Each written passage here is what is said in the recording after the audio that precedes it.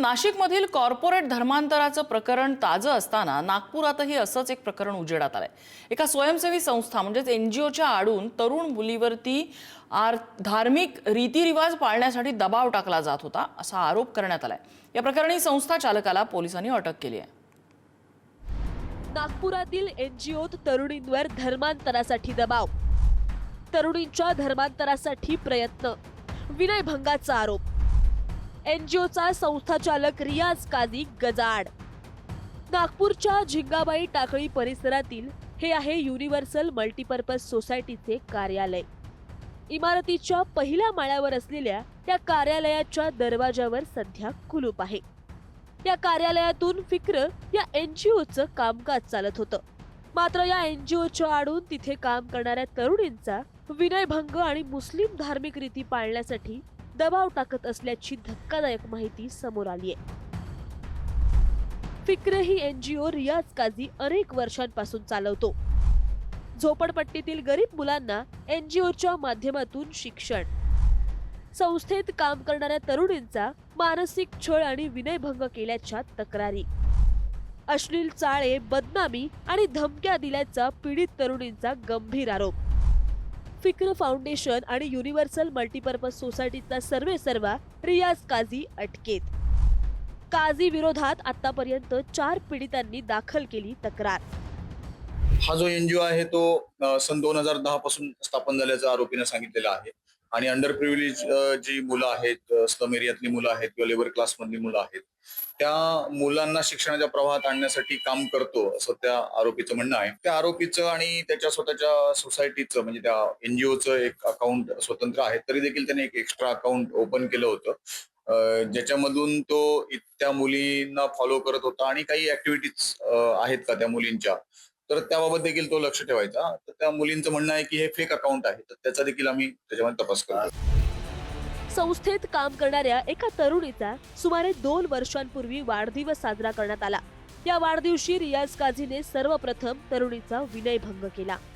त्यानंतर गेल्या 2 वर्षात असे प्रकार अनेकदा घडल्याचे तरुणीने पोलीस तक्रारीत म्हटले आहे। आरोपी रियाज काझी गेल्या 2 वर्षांपासून तरुणींचा मानसिक छळ करत होता। संस्थेत काम करणाऱ्या तरुणींवर धार्मिक नियम पाळण्याचा दबाव टाकला जात होता। अभिवादनासाठी खुदा हाफिज म्हणण्याची सक्ती केली जात असल्याचंही तक्रारीत म्हटलंय। धार्मिक कार्यात सहभागी होण्यासाठी पीडित मुलींवरती दबाव आणत होता। जर मुलींनी नकार दिला तर त्यांना नोकरीवरून काढून टाकण्याची धमकी देत होता। या प्रकरणाचं गांभीर्य लक्षात येताच आरोपी रियाज काझीला तात्काळ अटक करण्यात आली आहे। कोर्टाने आरोपी काझीला 23 एप्रिल पर्यंत पोलीस कोठडी सुनावली आहे। आरोपी रियाज काझी याने एका जॉब सोडून गेलेल्या मुलीच्या आईला कॉल केला आणि कॉल करून इतर मुलींच्या कॅरेक्टर विषयी चुकीच्या किंवा वाईट गोष्टी सांगितल्या आणि त्यानंतर मग या सगळ्या मुली एकत्र आल्या आणि त्यांनी आपसात चर्चा केली आणि पोलीस स्टेशनला परवा संध्याकाळी त्या आलेल्या होत्या। इमिजिएट त्याची माहिती आम्ही माझ्या वरिष्ठांना दिली आणि वरिष्ठांच्या मार्गदर्शनाखाली गुन्हा दाखल करण्यात आला।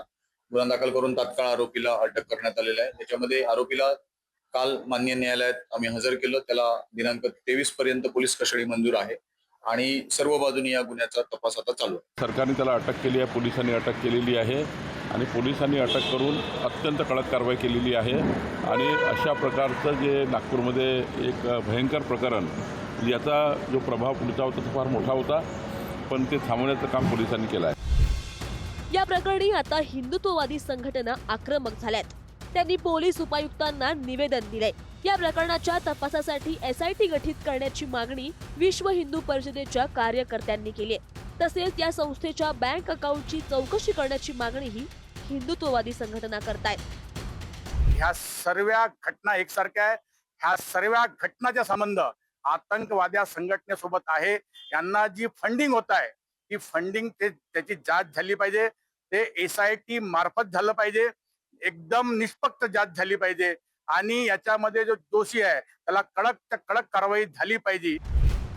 राज्यात अलीकडच्या काळात यासारख्या काही घटना समोर आल्या आहेत। त्यामुळे नागपूरच्या या घटनेचा इतर शहरातील घटनांशी काही संबंध आहे का या दृष्टीनेही पोलीस तपास करत आहेत। शिवाय आणखी काही महिला पीडित असतील तर त्यांनीही समोर येऊन तक्रार करावी असं आवाहन पोलिसांनी केलं आहे। पोलिसांच्या तपासात आणखी काय समोर येणार याकडे आता सर्वांचं लक्ष लागलं आहे. जितेंद्र शिंगाडे, पुढारी न्यूज, नागपूर.